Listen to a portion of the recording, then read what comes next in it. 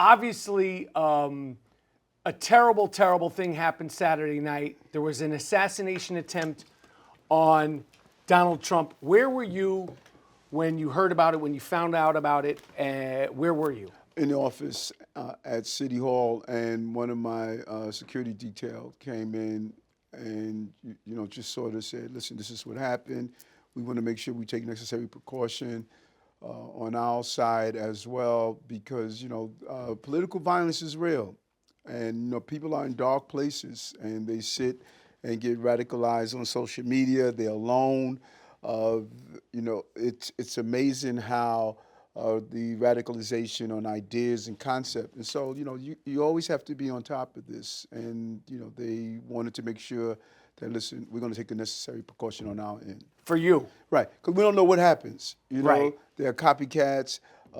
You'll be surprised who's lurking in their bedroom or in their basement right now, lurking up a plan. Like this person is starting to reveal how many guns were in the house, what his thoughts were, So there's a lot of pain out there.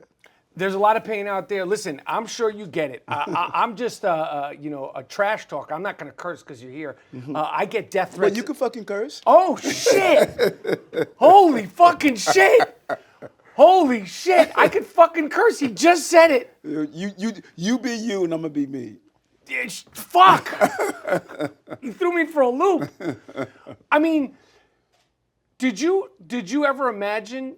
It's been so long. I think it was 1981 with Reagan, and I was 11. You're a little bit older than me. That was all over the news. There was no social media, but I remember being scared. I knew nothing about politics, but being so scared that they could get so close to a president. Did you ever imagine that something like this would happen with somebody who as like famous and as polarizing as Trump? You would think his Secret Service, his security detail would be the top of the top. It seemed like something had to have gone wrong because it's literally a matter of inches, and we wouldn't be doing this interview today. Right. I don't think it's inches. I would say inch. The bullet, as it appears, pierced his ear. That's an inch away. And it's obvious the person did a lot of practice because that was pretty close. But I don't think people realize that, like or dislike Trump. This is not about Donald Trump.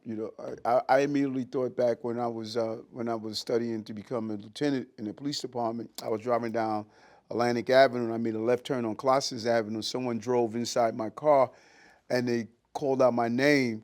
And I looked to the left. He had what appeared to be a 9mm, and he pointed at the car. I hit the gas just in time.